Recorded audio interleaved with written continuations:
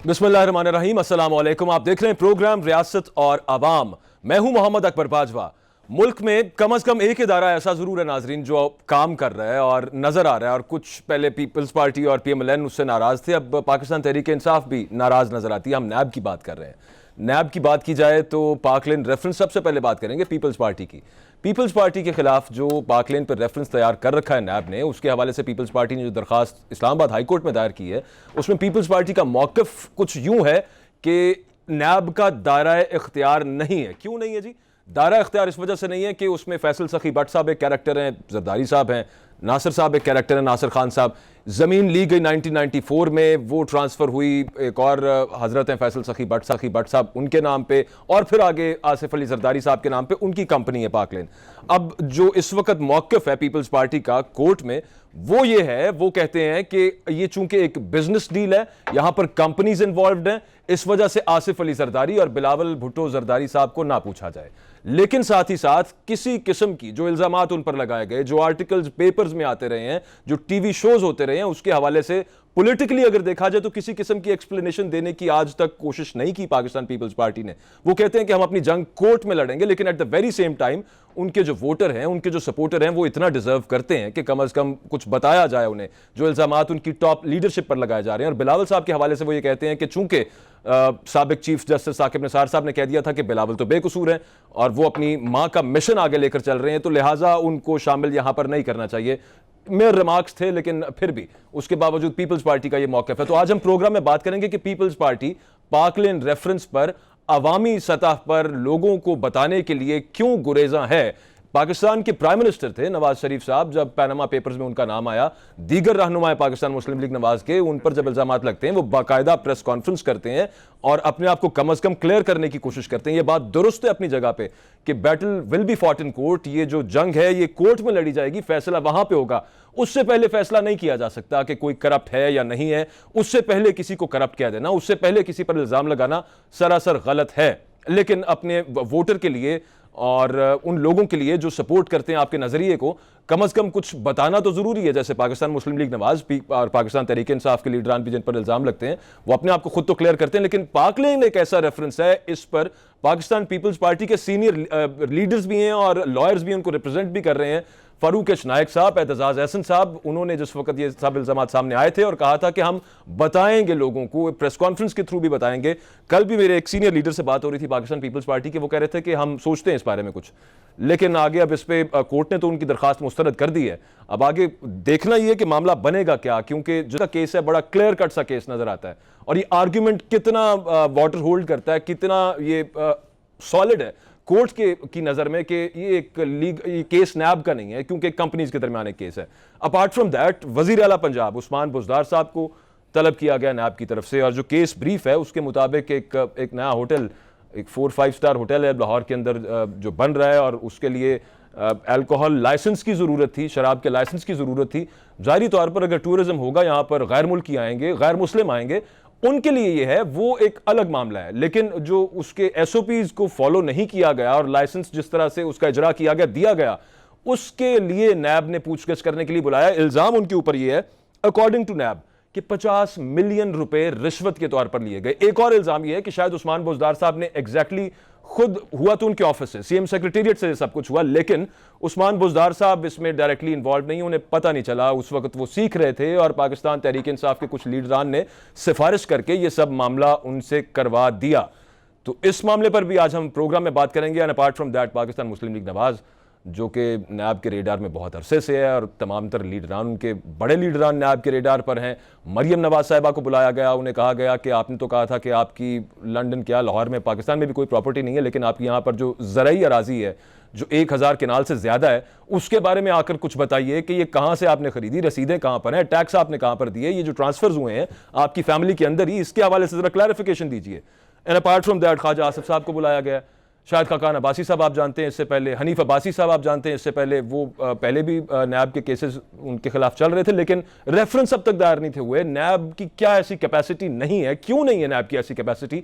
पाकिस्तान तहरीक इंसाफ अब तक नैब की इतनी कैपेसिटी क्यों नहीं बना सकी क्यों मौका मिलता है उन लोगों को जिनके खिलाफ केसेस बनते हैं ये कहने का कि ये पॉलिटिकली मोटिवेटेड केसेस हैं, ये नैब न्याजी गठजोड़ है।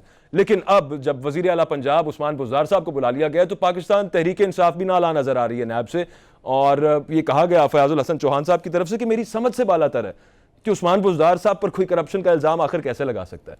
पीपल्स पार्टी के एक लीडर कल ये फरमा रहे थे, वो कह रहे थे कि अभी उस्मान बुज़दार साहब ने जेल जाना है। अब उनको ऐसे लग रहा है जैसे पीपल्स पार्टी को कुछ कॉन्फिडेंस नैब में डेवलप होना शुरू हो गया। Anyways will start the programme formally. हमारे साथ जो गेस्ट हैं उनका आपके साथ मैं तारुफ कराता जाऊँ।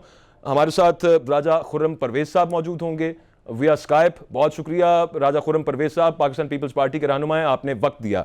हमारे साथ आसिम शौकत साहब मौजूद हैं। आसिम शौकत साहब पाकिस्तान तहरीक इंसाफ से ताल्लुक़ रखते हैं, पंजाब गवर्नमेंट के स्पोक्स पर्सन हैं। और हमारे साथ राना साहब मौजूद हैं।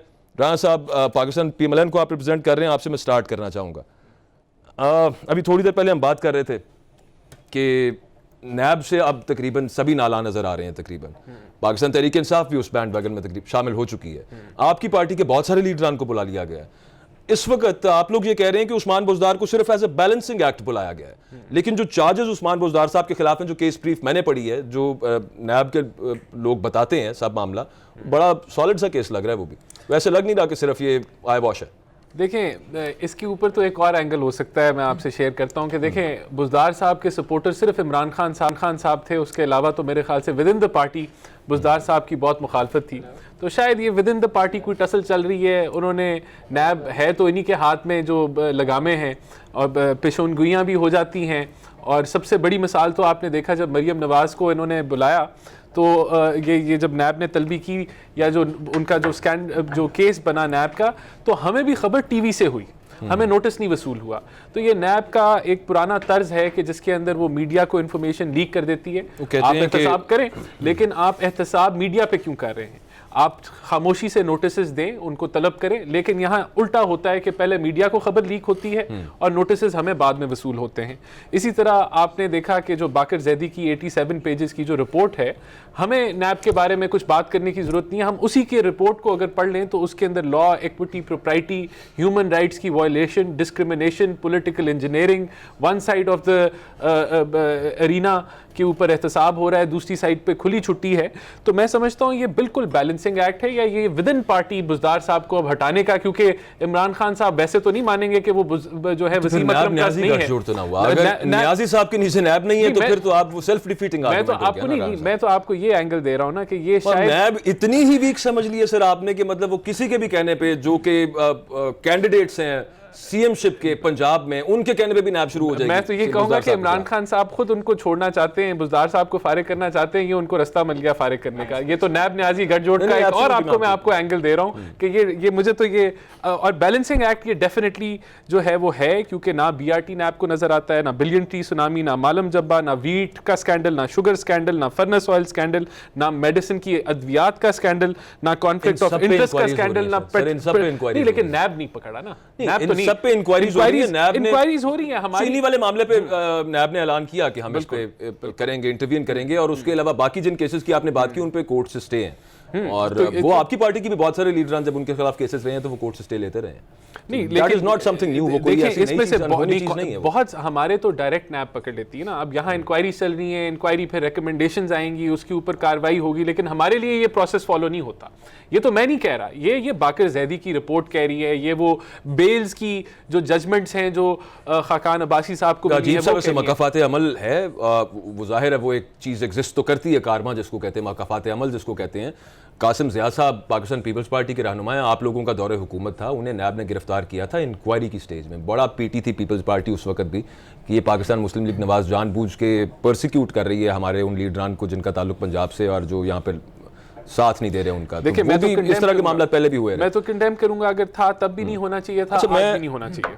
मैं राजा खुर्रम शेर जमान साहब, माफ कीजिएगा, राजा खुर्रम परवेज साहब, आपसे मैं ये पूछना चाह रहा था कि क्या आपकी पार्टी भी, आपका ओपिनियन भी यही है कि ये एक बैलेंसिंग एक्ट है? आपके लीडरान को भी बुलाया जा रहा है, इन्वेस्टिगेशंस हो रही हैं, पाकिस्तान मुस्लिम लीग नवाज के लीडरान की भी इन्वेस्टिगेशंस हो रही हैं, उस्मान बुज़दार को जो बुलाया गया, इससे पहले जब अलीम खान साहब को बुलाया गया था, जब सब्तैन खान साहब को बुलाया गया था, तब कहा जा रहा था कि ये बैलेंसिंग एक्ट है, और इस वक्त जब बुलाया गया बुज़दार साहब को तो आपकी पार्टी भी क्या यही नजरिया रखती है कि ये सिर्फ बैलेंस करने के लिए ये एक आई वॉश है और ये खानापुरी के तौर पे बुलाया गया, होना कुछ नहीं है यहाँ पे?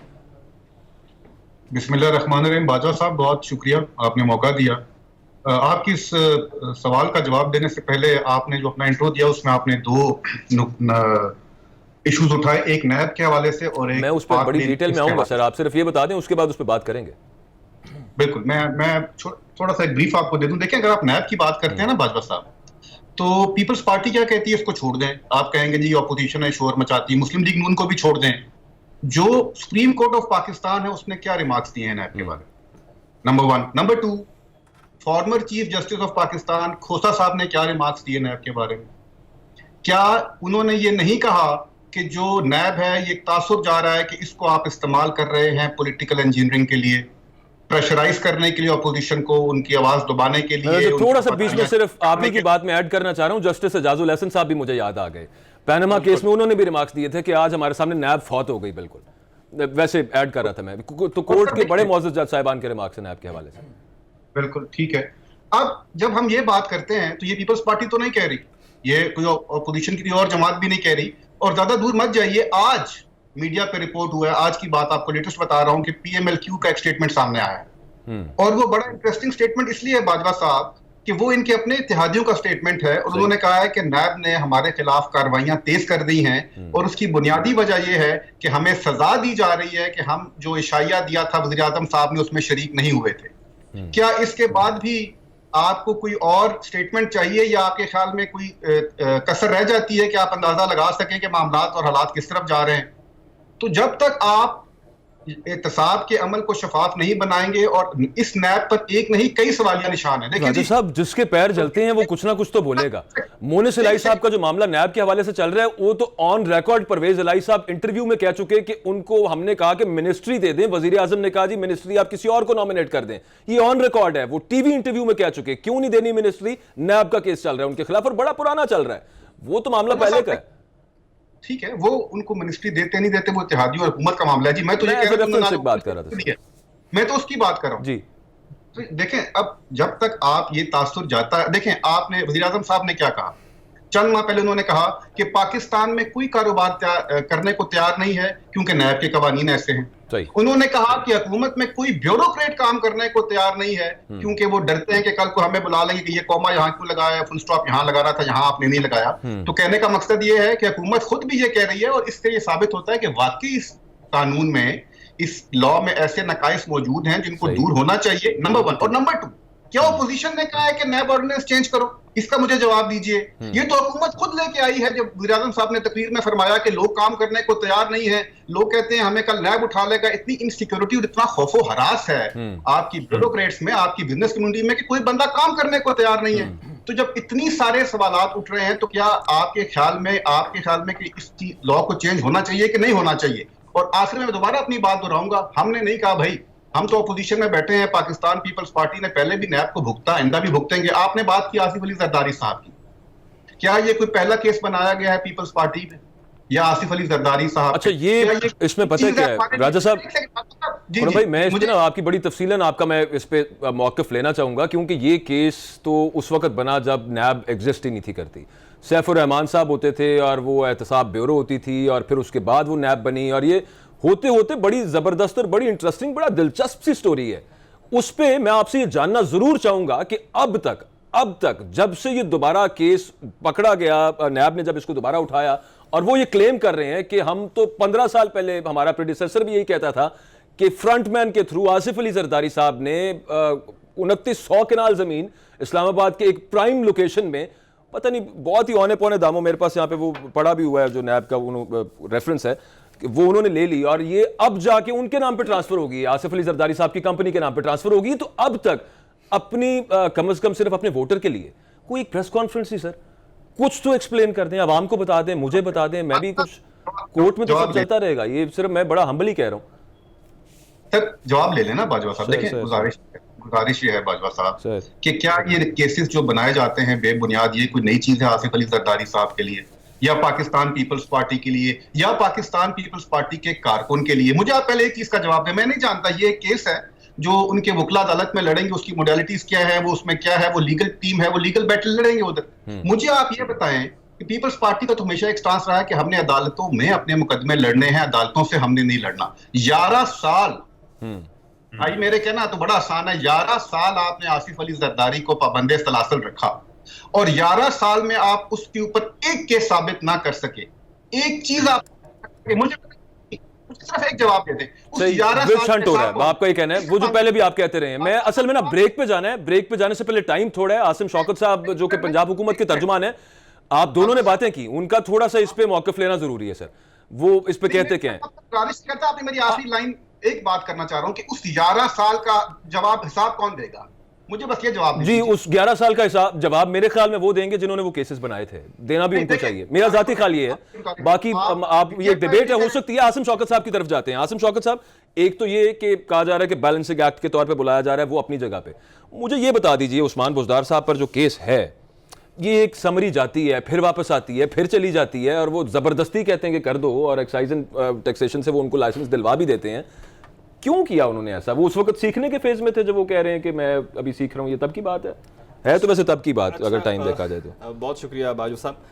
पहले तो ये कि मेरे दोनों दोस्तों ने काफ़ी बात की, इन जनरल भी मुझे उनका भी जवाब देना है, इसलिए आपने टाइम को थोड़ा सा मैनेज रखना। आप पहले वो जवाब दे दीजिए, ये बात हाँ, ये हम उसमें। अच्छा देखें, एक तो ये अल्लाह अल हक है, और ये एक चीज़ बड़ी ज़बरदस्त सामने आई कि नैब का इदारा या कोई भी इदारा जो है वो इंडिपेंडेंटली काम कर रहे हैं और कोई पॉलिटिकल इन्फ्लुएंस उनके ऊपर नहीं है। और दूसरी बात ये कि अक्रॉस द बोर्ड और ट्रांसपेरेंट अकाउंटेबिलिटी की डेफिनेशन क्या होती है कि जो हमारे मुखालफीन हैं उनका भी नाम आ रहा है, उनको भी नोटिस जा रहे हैं, जो हमारे हलीफ हैं उनको भी नोटिस जा रहे हैं, और जो हमारी अपनी पार्टी से ताल्लुक रखते हैं, वो मिनिस्टर्स हैं, सीनियर मिनिस्टर्स हैं, सो मच सो के चीफ मिनिस्टर्स हैं, उनको भी नोटिस जा रहे हैं। व्हाट डज इट शो कि जो नैब का इंस्टीट्यूशन है वो बिल्कुल इंडिपेंडेंटली काम कर रहा है और कोई पॉलिटिकल इन्फ्लुएंस उस इंस्टीट्यूशन के ऊपर नहीं है। नंबर एक। नंबर दो, ये अनप्रेसिडेंटेड है, ये अनप्रेसिडेंटेड है। नैब हमने नहीं बनाई थी। नैब का जो इंस्टीट्यूशन था ये मुशर्रफ साहब के दौर में बना था, काफ लीग हुकूमत में रही, मुस्लिम लीग नून हुकूमत में रही, पीपल्स पार्टी हुकूमत में रही। मुझे कोई प्रेसिडेंट बताएं जिस वक्त के सिटिंग गवर्नमेंट के sitting MPS, sitting minister, sitting senior ministers, sitting chief ministers को नैब ने नोटिस दिया हो। यह अनप्रेसिडेंटेड है। नंबर तीन, आप एक एटीट्यूड का डिफरेंस नोट करें। पाकिस्तान मुस्लिम लीग नून के जिस वक्त मिनिस्टर्स को, फॉर्मर मिनिस्टर्स को, एमपीएस को नैब बुलाती है ना, तो एक तूफान बर्पा हो जाता है मीडिया पर इल्जाम तराशी का। जिस वक्त मुस्लिम लीग नून आके प्रेस कॉन्फ्रेंसेस करती है और किस किस किस्म के इल्जाम, नैब न्याजी गठजोड़, ये किस पर इल्जाम लग रहा है? ये एक इंस्टीट्यूशन पर इल्जाम लग रहा है। जब भी पीपल्स पार्टी के लोगों को बुलाते हैं वो कहते हैं हमारी विक्टिमाइजेशन हो रही है। मुझे बताएं अलीम खान साहब, मुझे बताएं सप्तान खान साहब, मुझे बताएं बुज़दार साहब, कोई एक सिंगल वर्ड भी आपने सुना नैब के खिलाफ? किसी ने कोई बात की? देखें, ये पॉलिटिकल पार्टीज का एक आउटलुक होती है, पॉलिटिकल पार्टीज का एक एजेंडा होता है कि आपने इंस्टीट्यूशंस को मिलान नहीं करना। ठीक हो गया आसिफ साहब, एक ब्रेक पे जाना है। आखिरी चीज मैं एक ब्रेक पे जाना है सर, असल में मैं एक चीज रह गई है, चले एक ब्रेक पे जाना है, ब्रेक से वापस आएंगे। वो नोटिस की बात कर रहे थे आसिम साहब के, नोटिस पाकिस्तान तहरीक इंसाफ के भी बहुत लीडरान को मिले। मुझे बाबर अवान साहब याद आ गए, वो कहते थे कि नोटिस मिले कख ना लिया इनका, लेकिन मामला इस तरह का ही। मैं पूछूंगा आसिम शौकत साहब से ब्रेक से आने के बाद सुप्रीम कोर्ट के रिमार्क्स की, जो हमारे पीपल्स पार्टी और पीएमएलएन के दोस्त बात कर रहे हैं, तो वो और बहुत से रिमार्क्स हैं जिनके बारे में इनकी पार्टीज बहुत सीख पा भी रहती हैं पर सुप्रीम कोर्ट पे। एक केस में अगर मानने या जजमेंट है और उसको आपने कहना है कि ये एक ऐसी चीज है कि इसको देखें और इसको फॉलो करें, तो फिर और बहुत सी जजमेंट्स हैं, उन पर इख्तलाफ इतना ज्यादा क्यों होता रहा है इन पार्टीज का सुप्रीम कोर्ट के साथ? इस ब्रेक के बाद बात करेंगे। Stay with us.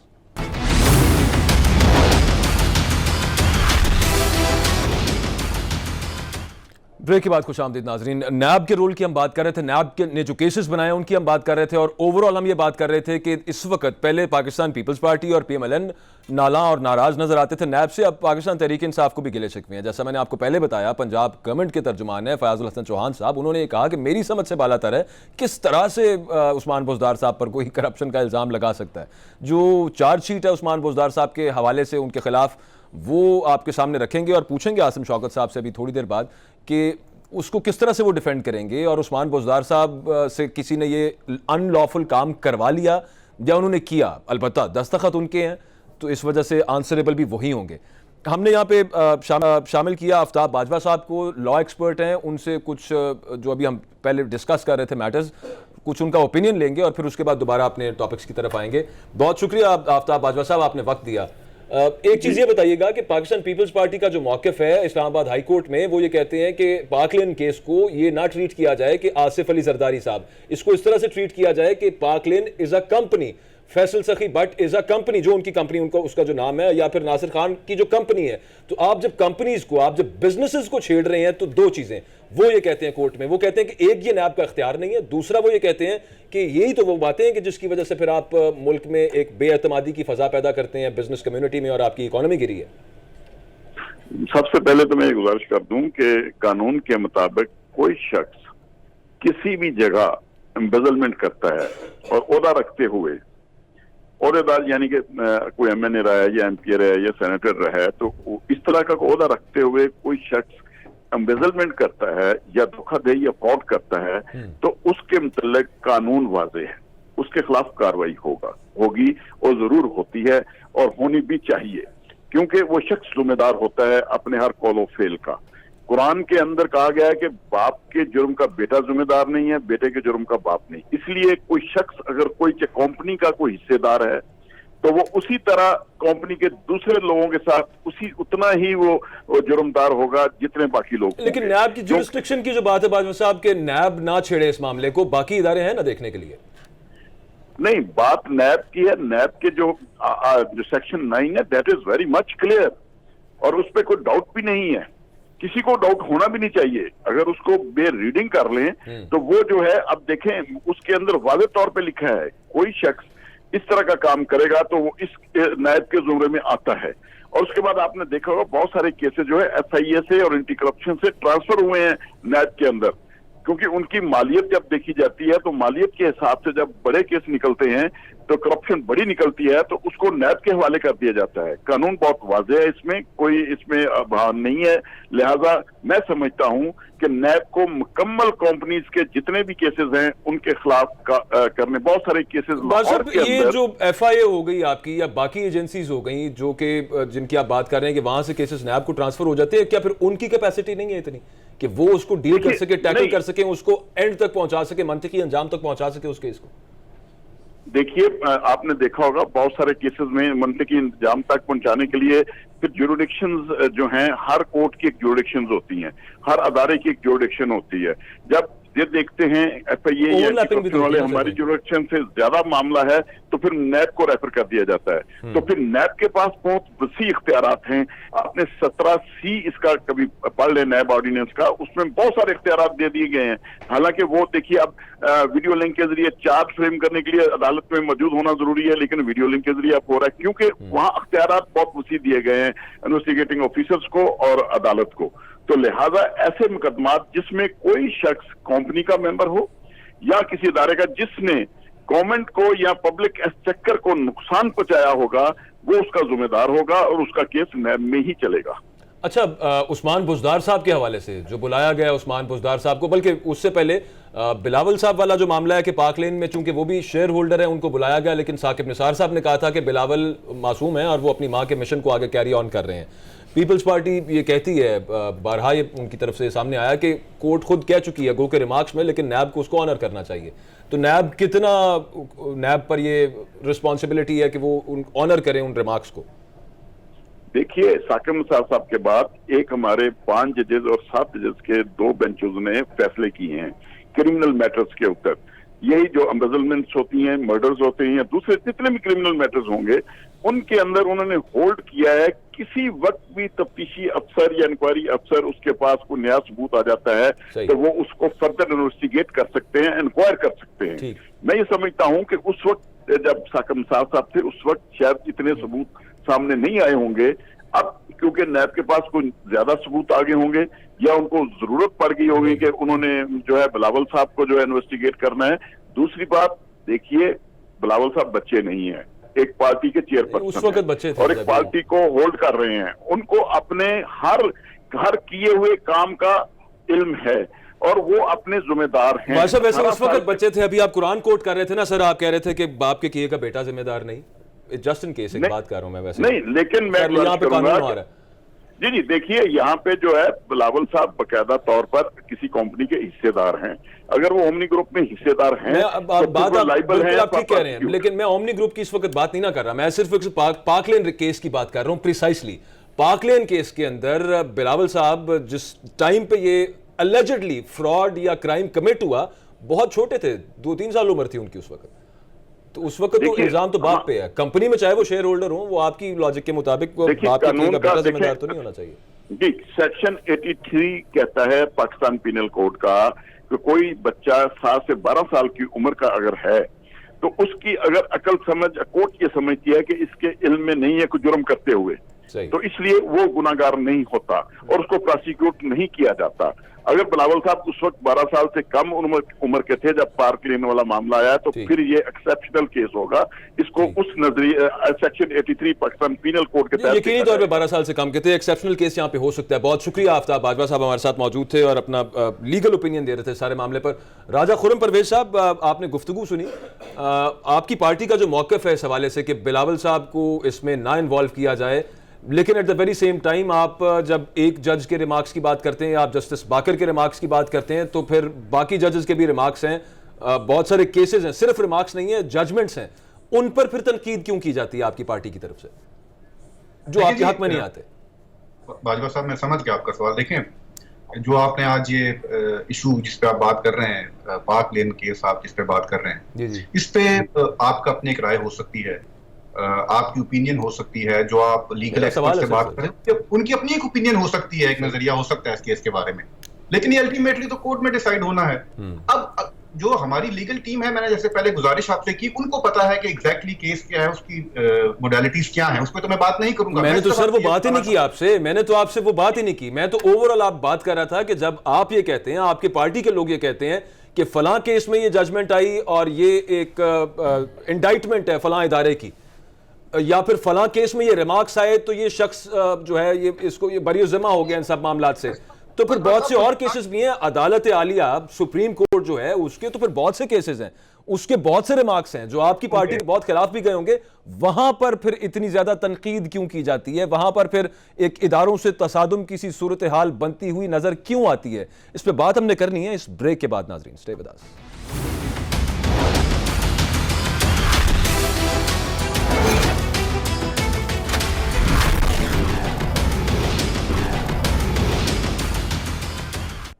ब्रेक के बाद खुशामदीद नाज़रीन। ब्रेक से पहले हम ये बात कर रहे थे कि सुप्रीम कोर्ट के कुछ ऐसे रिमार्क्स, सुप्रीम कोर्ट के मुअज़्ज़ज़ जज साहिबान की कुछ ऐसी जजमेंट्स जिनको खासतौर पर PMLN और पीपल्स पार्टी कोर्ट करते हैं और कहते हैं कि ये देखें ये बड़ी ज़बरदस्त चीज़ आई है, तो बहुत से ऐसे केसेस और बहुत से ऐसे रिमार्क्स भी हैं कि जिन पर बहुत ज़्यादा तनकीद करना शुरू कर देते हैं, बल्कि इल्ज़ामात लगाए गए दोनों पार्टीज़ के। अब इस वक्त रिपीट क्या करना, लेकिन बारह लगाए गए। खुर्रम साहब, सिर्फ ब्रीफली इसको आंसर कर दीजिएगा जो मैं बात कर रहा हूं। अगर एक तरफ उनकी किसी जजमेंट को, किसी रिमार्क को रिवेयर करना है, उसका एहतराम करना है, उसको बार बार दोहराना है, सुनाना है, तो फिर बाकियों को भी उस तरह ही एहतराम किया जाना चाहिए ना सर?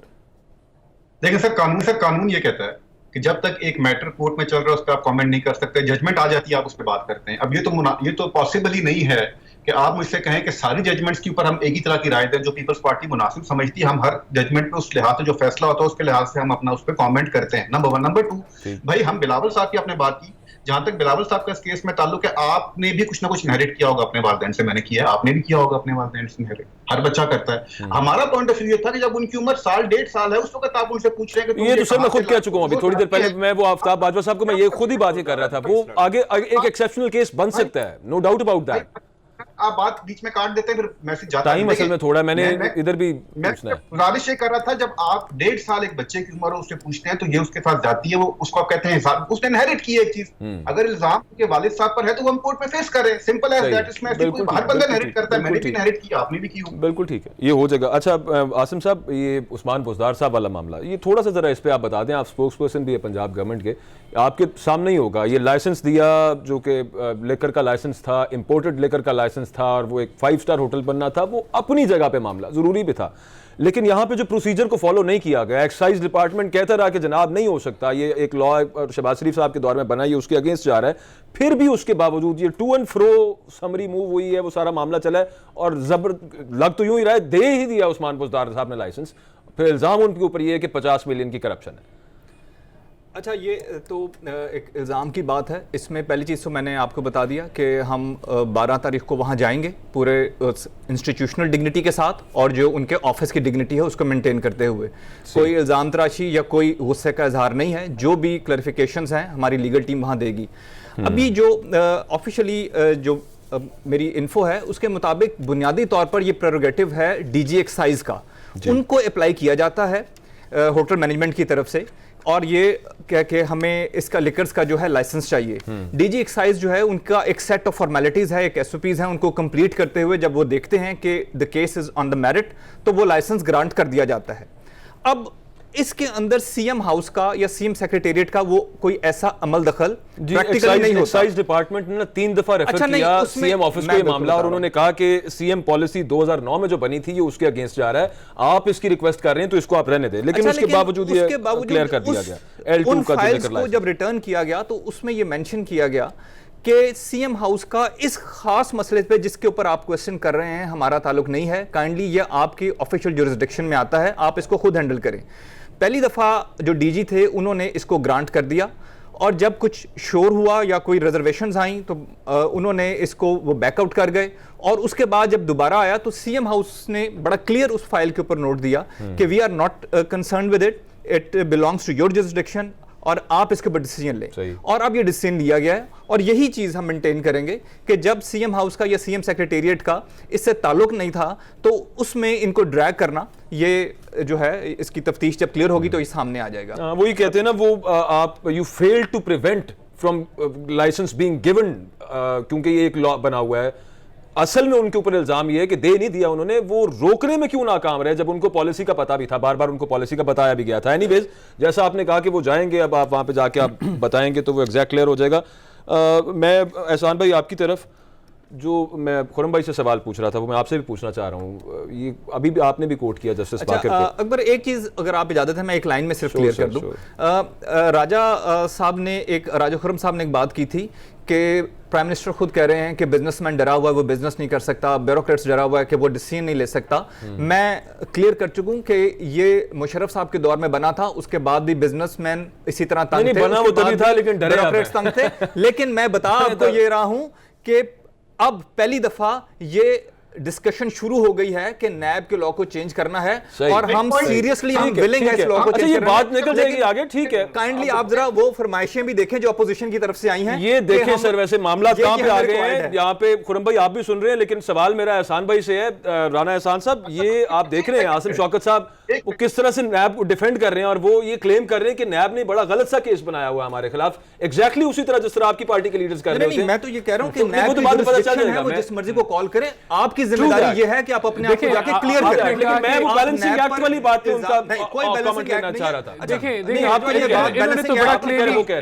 क्लियर कहा, बड़ा अजीब सा टर्म है। एहसान भाई कह रहे हैं ना, मैं उनकी पार्टी की बात कर रहा हूं। क्रॉस द बोर्ड ट्रांसपेरेंसी, थोड़ा जरा उनका एक लास्ट कमेंट मैंने लेना है। Last sentence, cross the board transparency और ट्रांसपेरेंट अकाउंटेबिलिटी का मतलब यह है कि जो जुर्म करे उससे बुला ले, वो मेरी पार्टी का हो, मुखालिफिन का हो। Balancing act is nothing. जो ये बार-बार कह रहे हैं कि क्रॉस द बोर्ड हो रही है, ये जजमेंट्स पढ़ लें जो कि एक जस्टिस की नहीं है, बेशुमार दफा हर बेल के ऊपर मिली है। तो ये एक अकाउंटेबिलिटी की इन्होंने धज्जियां उड़ाई हैं, और ये खाली नैब ने इधर नहीं उड़ाई। मैं यहाँ राना सनाउल्लाह का केस में आपको कोट करना चाहूंगा, जहां ANF ने कहा, बड़ा इसको हाईलाइट किया कि कितने सबूत मिल गए हैं, नेटवर्क मिल गए हैं, लेकिन जब एविडेंस पे बात आई तो कुछ भी नहीं हुआ। तो यहाँ अकाउंटेबिलिटी नहीं हो रही, यहाँ जो है पॉलिटिकल विक्टिमाइजेशन हो रही है और टारगेटिंग हो रही है। तो ये इसके अंदर मुझे मौका ही नहीं मिला, तो इसके अंदर जी उतना टाइम नहीं हो नहीं पाएगा। Thank you very much for your all your time. हमारे साथ मौजूद थे राजा खुरम साहब, राना एहसान साहब, आसिम शौकत साहब, आप सबका बहुत बहुत शुक्रिया। एक डिस्कशन थी, एक डिबेट थी नैब के हवाले से कि नैब से पहले आधे लोग खुश थे, बाकी नाराज थे, अब सब नाराज हैं, तो क्या नैब सही काम कर रहा है? ये फैसला आपने करना, जो डिस्कशन आपने सुनी आज। इजाजत दीजिए, अल्लाह हाफिज।